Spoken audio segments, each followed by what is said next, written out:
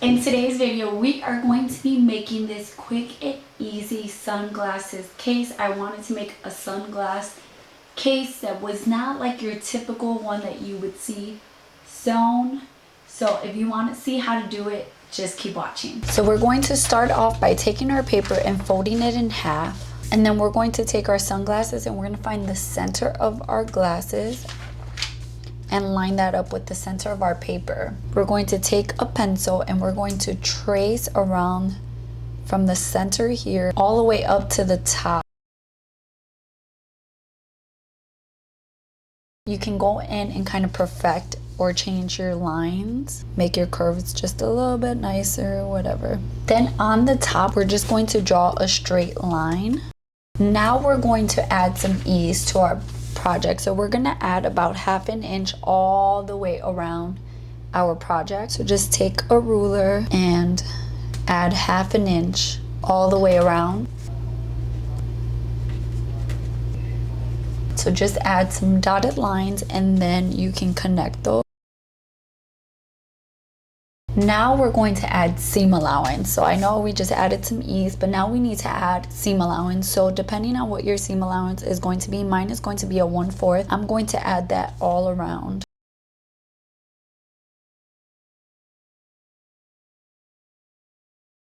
Fix those curves and take your scissors and cut out that pattern. And it will look like this. Once you have your pattern piece, you're going to cut 2 of your main fabric and 2 of your lining fabric. Remember, if you want to add more ease, you can definitely add more ease. This is your project. Add as much ease as you want. For this project, you're going to need 1 fat quarter for your main. You can, if you want to use the same one for your lining, you can. If you want to use a different fabric for your lining, then you'll need 2 fat quarters for this project. You're gonna need a zipper that is bigger than your sunglasses. And then for padding, you have a few options. You can use something like a fusible fleece, but you might need to use maybe 2 layers or something like that because it is fairly thin. Or you can use something like a cotton batting. This one's a really good one. I'll have it linked down below, but if you're using batting, you'll most likely need to quilt it to your fabric piece. Or you can use something like fusible foam, which is what I'm going to do. Fusible foam is a bit thicker, so keep that in mind. Starting off, the first thing you want to do is either quilt your batting if you're using batting, or fuse your fusible fleece or your fusible foam. If you're using fusible foam, I recommend to cut it without your seam allowance on there, just because you don't want your seams to become bulky. We're going to start off by taking all of our pieces and we're going to find the middle of them. So I like to fold my fabric in half, find the middle, and then just take some scissors and I like to snip a tiny piece off. If you find it better, you can just take a pin or clip and you can clip that. Then you also want to do this with your zipper. Fold it in half, find your middle point, and what I like to do is take my scissors and just cut the tiniest snip, like within my seam allowance. And I'm going to do that on the bottom of my zipper as well. And then I'm going to repeat that with my lining and my other main piece. Once you have found the middle of all of your pieces, you want to take your main fabric piece and you want to face that right sides up. Then you want to take your zipper, face that right sides down, lining up your middle. And then you want to pin or clip that together. Then line up the raw edge of your main piece and your zipper piece. And you're going to pin or clip those all the way across. Once you have done that, you want to take one of your lining pieces and you want to line up the right side of it facing the wrong side of your zipper. And then you're going to find your middle point there and you're going to line that up with the middle of your zipper and your main. And you want to pin or clip that. Then you want to take your first clip off. Make sure all 3 of your layers, so your main, your zipper, and your lining, you want to line those up and you want to pin or clip all 3 layers together. And you want to do that all the way across. Once you have done this, you want to take this over to your sewing machine and you want to sew as close to your zipper teeth as possible. So for this portion, you want to use your zipper foot. I like to line up the edge of my zipper foot here as close to my teeth as possible. And then I'm going to use my zipper teeth as a guide, making sure that it lines up with that all the way through. So you want to make sure to stitch a few stitches and then back stitch, and then just start slowly stitching all the way across. Once you have sewn all the way across, you can simply top stitch about 1/8 of an inch away, and this is going to help keep the lining from getting into the zipper and things like that. Once you have sewn and top stitched it, you want to repeat the same thing for your other pieces. And then you want to take this over to your sewing machine and you want to do exactly the same thing. Once you have sewn and top stitched the other side, ooh, it almost looks like a butterfly. We're going to take our zipper pull and we're going to pull that towards the center. And the reason why we're doing that, if we were to leave it out here and sew our sunglasses pouch together, we wouldn't have a zipper. It'd be on the outside.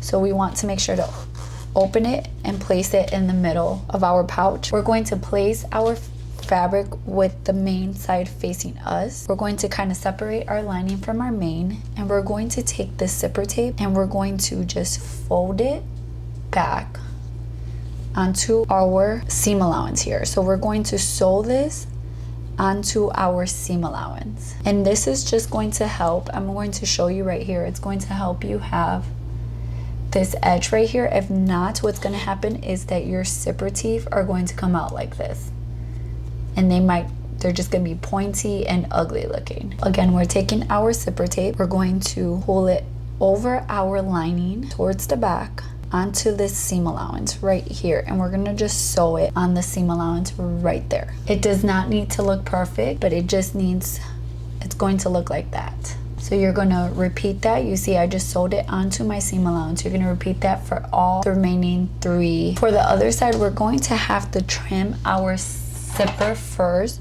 So right where the metal piece is here, we're going to cut it. So here's what I'm going to do.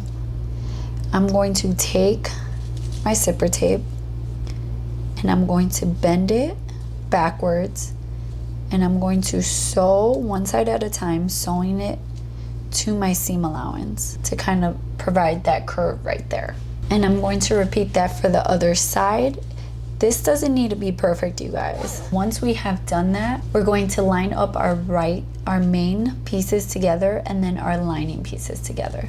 And then we're just going to pin or clip all the way around. Once you have pinned or clipped it, you want to take a marking tool and you want to mark where you're going to leave a gap. So we're going to leave about 1.5 inch gap, and you can decide where you want this gap to be. I'm going to do my gap around here.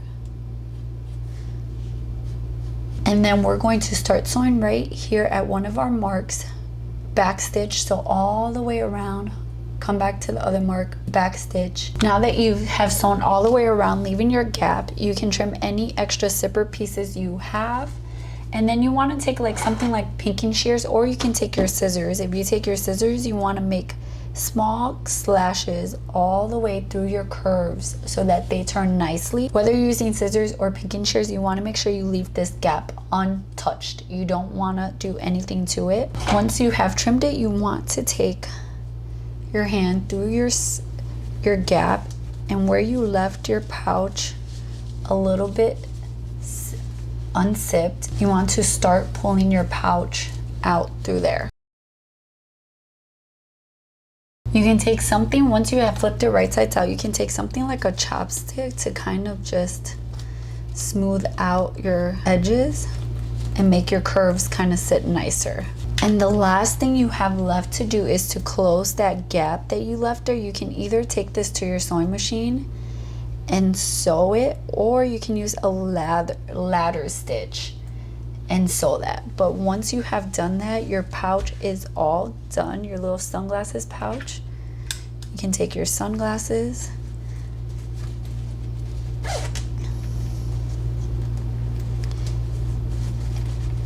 and they'll be nicely secured. I hope you guys enjoyed this video. Please comment down below and let me know what other projects you guys would like me to do. Any other fat quarter projects? Would you like some fat quarter projects that are a little more complex or just creative? Please let me know any other videos you want me to do, sublimation, sewing, whatever it is. I love you guys. Thank you guys for supporting my channel. We're at 17,000 subscribers now. I love you guys, and I'll see you in my next video. Bye guys.